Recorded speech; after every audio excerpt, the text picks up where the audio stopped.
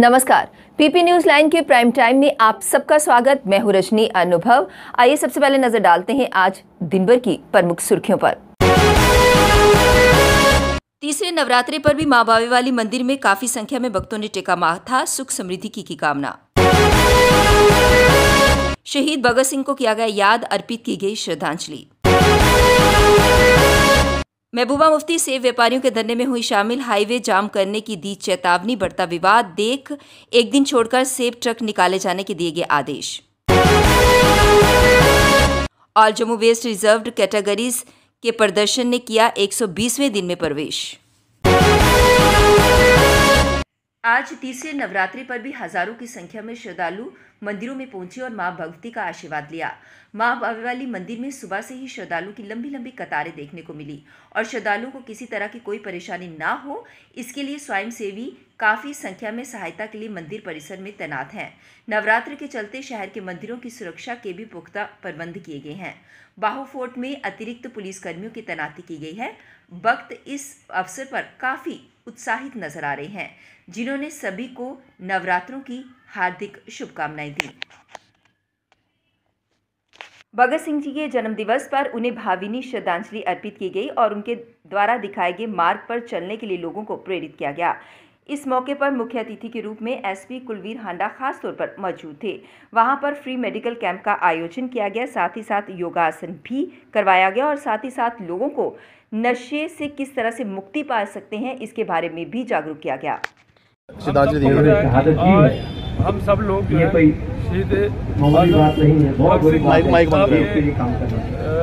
जन्मदिन पर हम सब यहाँ इकट्ठे हुए हैं और हम सबको ये प्रेरणा लेनी चाहिए कि जैसे उन्होंने छोटी सी एज में अपने देश के लिए इतना बड़ा काम किया है, और हम सबको जो है इसी तरीके से जहाँ फील्ड पे जिस फील्ड पे हम लोग बैठे हैं, सारे लोग जो है अपना नेक नीयत से काम करते रहें, सो दैट कि हमारा देश जो है वो एक ऊंची बुलंदियों पर जाए और दिन दुगनी और चार चौगुनी हमारे देश की तरक्की। Thank you very much. आज मैं आप लोगों ने आज मुझे यहाँ सम्मानित किया इस बड़े दिन पर, मैं आप लोगों का बहुत बहुत शुक्रगुजार हूँ। और जम्मू वेस्ट रिजर्व कैटेगरीज का प्रदर्शन आज 120वें दिन में प्रवेश कर गया। उन्होंने कहा कि कश्मीर में लगातार हो रही टारगेट किलिंग को देखते हुए उन्होंने उन्हें अपने गृह जिलों में स्थानांतरित करने की मांग की थी, लेकिन सरकार ने अभी तक उनकी मांग नहीं मानी। हाँ, एक कमेटी का गठन जरूर किया था, लेकिन कमेटी की तरफ से भी अभी तक कोई निर्णय नहीं आया। और इतना ही नहीं, लोगों का ये भी कहना था कि उनकी सैलरीज भी बंद कर दी गई हैं। उन्होंने उपराज्यपाल से गुहार लगाते हुए कहा कि उनकी मांग को जल्द से जल्द पूरा किया जाए और उन्हें अपने गृह जिलों में स्थानांतरित किया जाए ताकि ये लोग राहत की सांस ले सकें।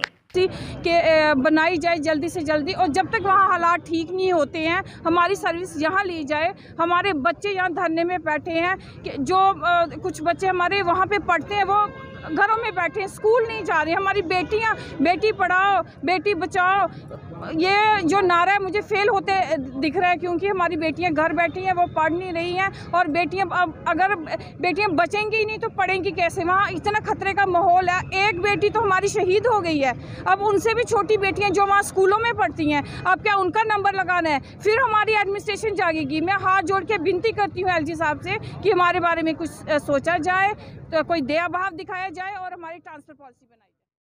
All migrant employees association Kashmir का प्रोटेस्ट आज 140वें दिन में प्रवेश कर गया।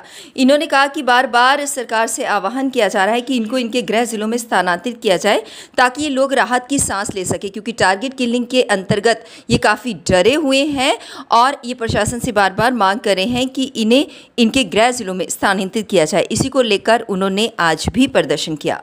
अगर हम ये कह रहे हैं कि हमारी जानों को कश्मीर के अंदर खतरा है, क्या हम गलत कह रहे हैं? पिछले 12 साल से ये एम्प्लॉइज जो है वहां पे कार्य कर रहे थे विपरीत परिस्थितियों में। जो गवर्नमेंट ने हमें प्रॉमिस किया था वो प्रॉमिस फुलफिल नहीं हुए, चाहे वो अकोमोडेशन का प्रॉमिस था, चाहे वो सेफ्टी का था, चाहे वो सिक्योरिटी का था, वो चाहे वो रिहेबिलिटेशन का। बट उसके बावजूद हम वहां काम करते गए। 2016 में भी हमने प्रोटेस्ट किया, हमने बताया सरकार हमारा सोचिए कुछ। और आज 2022 है, आप देखिए अक्टूबर से टारगेट किलिंग का सिलसिला है। तो हम सरकार से जो है इस प्रोटेस्ट के माध्यम से यही बताना चाहते हैं कि कश्मीर में हमारे लिए हालात सही नहीं है। आप हमसे जो है कार्य जम्मू में ले लीजिए। हमारे बहुत से एम्प्लॉयज जो है वो ऑनलाइन काम कर रहे हैं। बहुत से डीडीओ जो है कश्मीर में, कुछ डीडीओज जो कि सैलरी बंद कर रहे हैं हमारे एम्प्लॉयज़ की। हमारे मोटर व्हीकल डिपार्टमेंट में एक एम्प्लॉय है सुनील भट्ट जी, वो गराज में काम करते हैं बेमिना में, उनकी 3 महीने से सैलरी बंद है। मैं उन डीडीओ साहिबान को बताना चाहता हूं कि सरकार का कोई ऑर्डर नहीं है आपको। अगर सारे डिपार्टमेंट्स की सैलरी चल रही है, चाहे वो एजुकेशन हो, चाहे वो सोशल वेलफेयर डिपार्टमेंट हो, तो ये गिने चुने डीडीओज क्यों हमारे एम्प्लॉयज को हरास कर रहे हैं, इंटिमिडेट कर रहे हैं? अगर वो ऑर्डर निकालते हैं कि आप ज्वाइन कीजिए, उसी ऑर्डर पे इसकी सेफ्टी और सिक्योरिटी भी सुनिश्चित कीजिए। मैं उन डीडीओ साहिबान से विनम्र भाव से प्रार्थना करना चाहता हूं कि ये एम्प्लॉयज की जान का मसला है। गवर्नमेंट ने इस पे कोई डिसीजन नहीं लिया, तो आप भी सोच समझ के जो है ऑर्डर निकालिए। पीएचई डेली वेजेस का प्रदर्शन लगातार जारी है। वे लगातार सरकार से मांग कर रहे हैं कि उन्हें नियमित किया जाए और उनका वेतन जो है उसे जारी किया जाए। इसी को लेकर उन्होंने कहा कि बार बार सरकार से आह्वान करने पर भी सरकार है कि टस से मस नहीं हो रही। इसी को लेकर उन्होंने जोरदार प्रदर्शन किया, लेकिन आज टीम जम्मू का भी पीएचई डेली वेजर्स को समर्थन मिला। इसी को लेकर उन्होंने सरकार से आह्वान किया कि जल्द से जल्द उनकी मांगें पूरी की जाए ताकि ये लोग राहत की सांस ले सकें। कमिटमेंट है कि जहाँ जहाँ पर भी ये खड़े होंगे, टीम जम्मू का वॉलंटियर तहसील लेवल पे, ब्लॉक लेवल पे, डिस्ट्रिक्ट लेवल पे इनके साथ खड़ा है। और सबसे बड़ी बात है, इनकी डिमांड्स जो हैं वो जायज़ हैं। और अफसोस इस बात का है जब हर पॉलिटिकल पार्टी की लीडरशिप, हर ब्यूरोक्रेट जो इस वक्त सरकार में इस एलजी प्रशासन में बैठा है, इनकी मांग को जायज़ बताते हैं, तो अफसोस इस बात का है कि उसको अभी तक इम्प्लीमेंट क्यों नहीं किया जा रहा। जबकि पूरे देश में ये पॉलिसी है कि इतने सालों के बाद रेगुलराइज होना चाहिए। यहाँ 7 साल के बाद रेगुलरेशन की बात तो दूर की है, यहाँ 20-20, 25-25 साल, 30-30 साल हो गया। ये आधा पेट खुद खा के तो पूरे जम्मू कश्मीर के लोगों को पानी पहुंचाते हैं, इतना बड़ा काम करते हैं। ये मैं समझता हूँ कि एक सौतेला व्यवहार है इनके साथ, ये अब ज़्यादा देर नहीं चलेगा। और हमें बड़ी उम्मीद है, क्योंकि अब केंद्र शासित जम्मू कश्मीर है, तो आज तक हमने देखा कि लाल किले से जो भी बात हमारे प्रधानमंत्री नरेंद्र भाई मोदी जी ने की है वो पूरी की है। जो भी बात गृह मंत्री अमित शाह जी ने की है, खासकर जम्मू कश्मीर के परिप्रेक्ष्य में बात करें तो पूरी हुई है। तो आखिर क्या वजह है कि इनकी जेन्युइन डिमांड जो है पूरी क्यों नहीं हो रही है? ये उम्मीद करेंगे कि इनकी डिमांड्स जल्द से जल्द मानी जाएं। और अगर समय समय पर जो भी आंदोलन का ये रुख लेंगे, जो भी ये अपना आगे रूपरेखा बनाएंगे इस आंदोलन को आगे ले जाने के लिए, टीम जम्मू का एक वॉलंटियर के साथ करेंगे। अनुच्छेद 370 और 35A को हटाए जाने का असर जम्मू कश्मीर की राजनीति पर भी स्पष्ट रूप से नजर आने लगा है। मुख्य धारा और राष्ट्रवाद पर आधारित राजनीति कश्मीर में लगातार अपने पांव मजबूत कर रही है। अलगाववाद की सियासत से प्रत्यक्ष और परोक्ष रूप से जुड़ा कोई नया संगठन सामने नहीं आया है। बीते 3 वर्ष के दौरान मुख्य धारा की सियासत से जुड़े 9 नए राजनीतिक संगठनों का उदय और उन्होंने अपना पंजीकरण कराया, जबकि इस दौरान सिर्फ कागजों तक सिमटे मुख्य धारा के 8 संगठनों का पंजीकरण चुनाव आयोग ने समाप्त भी किया है।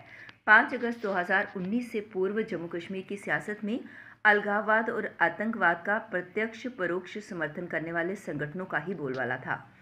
मुख्य धारा की सियासत सिर्फ Congress, Bhajpa, Makpa, Bhakpa, national conference, peoples democratic party, Awami national conference, Awami league, panthers party, peoples league के आसपास ही सिमटी नजर आती थी। हालांकि भाजपा के अलावा अन्य सभी दल प्रत्यक्ष परोक्ष रूप से अलगाववाद को पोषण देने वाली सियासत करते हुए अनुच्छेद 370 ऑटोनॉमी सेल्फ रूल का समर्थन करते थे। वहीं हुर्रियत कॉन्फ्रेंस की बात करें तो उसमें छोटे बड़े करीब 26 अलगाववादी संगठन शामिल थे। इसके अलावा हुर्रियत से अलग भी करीब 1 दर्जन अलगाववादी संगठन सक्रिय रहे हैं। आतंकवाद की 3 दशक बाद सिनेमा की वापसी से कश्मीर में अर्थव्यवस्था को बढ़ावा देने में मदद मिलेगी। साथ ही बड़े बैनरों की ओर से फिल्म की शूटिंग की वापसी को प्रोत्साहित किया जाएगा। पिछले 3 वर्षों में जम्मू कश्मीर में एक बड़ी सामाजिक आर्थिक क्रांति हो रही है, जो लोगों की आशा, सपनों, आत्मविश्वास और आकांक्षाओं की नई सुबह का प्रतिबिंब है। शोपियां पुलवामा में बहुउद्देशीय सिनेमा हॉल, श्रीनगर में पहली बार मल्टीप्लेक्स सिनेमा हॉल का उद्घाटन 3 दशकों बाद कश्मीर में सिनेमा संस्कृति की फिर शुरुआत का प्रतीक है। संस्कृति जीवन का एक तरीका है और सिनेमा विचारों को साझा करने का एक बेहतर माध्यम है जो सामाजिक मूल्यों और परिवर्तन को दर्शाता है। सिनेमा लोगों को एक साथ लाता है। मनोरंजन के अलावा ये युवाओं को अपने सपनों को साकार होने तक आगे बढ़ाने के लिए आशा और प्रेरणा देता है। जम्मू कश्मीर के मुख्य सचिव डॉक्टर अरुण कुमार मेहता ने बनिहाल रामबन के बीच जम्मू श्रीनगर हाईवे पर यातायात को सुचारू बनाने के लिए संबंधित प्रशासन व ट्रैफिक पुलिस से उपलब्ध संसाधनों का इस्तेमाल करने पर जोर दिया। उन्होंने कहा कि पहाड़ों से मैदानों की तरफ जा रहे गुज्जर बकरवाल समुदाय के किसी भी डेरे को कांजीकुट रामबन के बीच अपने माल मवेशी के साथ ना पैदल चलने दिया जाए, बल्कि उन्हें उपलब्ध वाहन सुविधा का लाभ लेने के लिए कहा जाए। मुख्य सचिव ने कहा कि रामबन में कैफेटेरिया मेहर सेक्शन पर भूस्खलन को रोकने के लिए केंद्रीय भवन अनुसंधान संस्थान रुड़की और IIT जम्मू के संयुक्त विशेषज्ञ दल की मदद ली जाएगी। केंद्रीय भवन अनुसंधान संस्थान और IIT जम्मू के विशेषज्ञों के एक संयुक्त दल ने जम्मू श्रीनगर हाईवे विशेषकर रामबन बनिहाल और उसके आसपास के क्षेत्रों का सर्वे किया। इसी सर्वे पर आधारित संबंधित रिपोर्ट में कुछ सिफारिशों पर विशेषज्ञों ने जोर दिया है। इसमें कई सिफारिशें रामबन के कैफेटेरिया मेहर सेक्शन की भौगोलिक परिस्थितियों के कारण होने वाले भूस्खलन से जुड़ी हैं। इन सिफारिशों को लागू किया जाएगा ताकि इस क्षेत्र में होने वाले भूस्खलन को रोका जाए और यात्रा में लगने वाले समय में कमी लाई जा सके। इंसान का सबसे वफादार दोस्त ही सड़कों पर उसके लिए दहशत का पर्याय बन रहा है। सरकारी आंकड़े और अन्य निजी अस्पतालों से जुटाए सर्वे से ये साफ जाहिर है कि जम्मू और आसपास के क्षेत्र में लगभग हर घंटे में एक व्यक्ति को कुत्ता काट लेता है। ये लोग राजकीय मेडिकल कॉलेज जम्मू में इलाज के लिए पहुंचते हैं। इसके अलावा अन्य अस्पतालों में निजी स्वास्थ्य केंद्रों में पहुंचने वाले लोगों को जोड़ा जाए तो ये संख्या दोगुनी हो जाएगी। ये स्थिति तब है जब प्रशासन लावारिस पशुओं पर नियंत्रण के लिए विशेष अभियान चलाने का दावा कर रहा है। लगभग 28,000 कुत्तों की नसबंदी कर दी गई है। कुत्तों के अलावा बंदर भी खौफ का पर्याय बन रहे हैं। GMC के एंटी रैबिज सेक्शन के आंकड़ों बताते हैं कि इस वर्ष 8 माह में 6,201 लोग लावारिस पशुओं के काटने का इलाज कराने और वैक्सीन लगवाने के लिए पहुंचे। यही स्थिति बरकरार रही तो वर्ष के अंत तक यह आंकड़ा 10,000 तक पहुंचने की आशंका है। स्वास्थ्य विशेषज्ञ मानते हैं कि करीब इतने ही लोग निजी चिकित्सक व अन्य अस्पतालों में इलाज के लिए पहुंचते हैं। अब वक्त हो चला एक ब्रेक का, मिलते हैं ब्रेक के बाद। मजबूती की पहचान ACC cement, messrs Bishandas Jaswal and sons, authorised stockist, ACC cement, 45 transport Nagar, Jammu. रंगीन खबरों की परत दर परत खोलता है तबसरा, बयां करता है खबर के पीछे की कहानी। तीर पंचाल से सब कुछ दिखता है।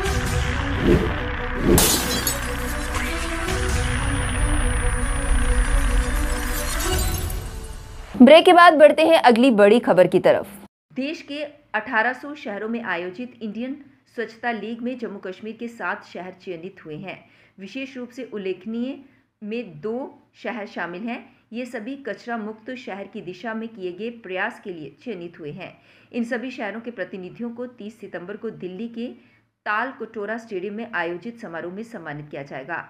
आवास एवं शहरी विकास मंत्रालय के स्वच्छ भारत मिशन शहरी की ओर से जारी सूचना के अनुसार 15,000 से कम आबादी वाले शहरों में पहलगाम व बसोली, 15 से 25,000 की आबादी में डोरू, बैरीनाग और RS-पुरा शामिल हैं।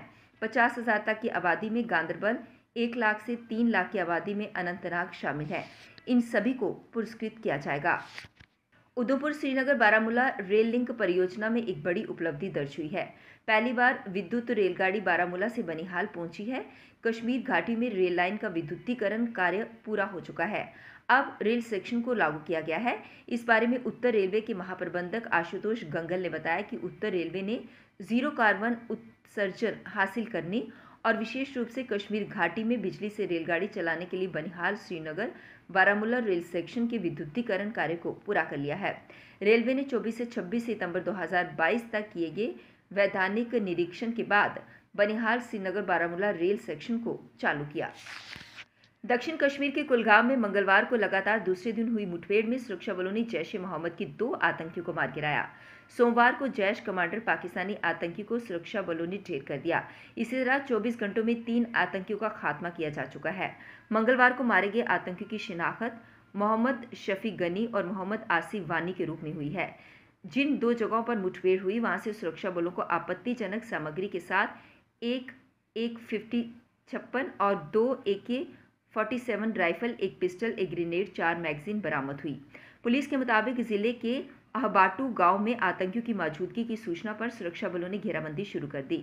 इस दौरान घेरा सख्त होते देख छिपे दहशतगर्दों ने फायरिंग कर भागने की कोशिश की, लेकिन सुरक्षा बलों ने उन्हें ये मौका नहीं दिया। कई बार आत्मसमर्पण करने की अपील के बाद भी वे नहीं माने और लगातार सुरक्षा बलों पर फायरिंग करते रहे। पुंछ में 2 अलग अलग स्थानों पर छापेमारी की गई। राज्य जांच एजेंसी ने बुधवार को पुंछ में 2 अलग अलग स्थानों पर छापेमारी की। बताया जा रहा है कि टेरर फंडिंग मामले में 2 सगे भाइयों के आवास पर ये रेड की गई। पुलिस बल भी इस मौके पर मौजूद थी। यहां रिकॉर्ड को खंगाला गया। आवास के बाहर पुलिस की तैनाती रही। खबर लिखे जाने तक ये कार्यवाही जारी थी। पीपी न्यूज लाइन के प्राइम टाइम के आज के इस अंक में बस इतना ही। मुझे और मेरी पूरी टीम को दीजिए इजाजत और आप जुड़े रहिए पीपी न्यूज लाइन के साथ। नमस्कार। जम्मू में आई टेस्टिंग की साइंटिफिक और मॉडर्न टेक्नोलॉजी के लिए हमेशा याद रखें जेम ऑप्टिशियंस, जहां पर रखा जाता है आपकी हर जरूरत का ख्याल। Gem opticians with the facility of eye exercise, A scan, biometry, pachymetry और ऑटोमेटेड फील्ड एनालाइजर। और हाँ, हमारे यहाँ बढ़िया क्वालिटी के ब्रांडेड स्पेक्टिकल्स, सनग्लासेस और कॉन्टेक्ट लेंसेज मिलते हैं। आपका भरोसेमंद एक ही नाम, gem opticians, Gandhinagar. Gem opticians, Nai Basti. Gem opticians, Amphalla. Gem opticians, Trikuta नगर।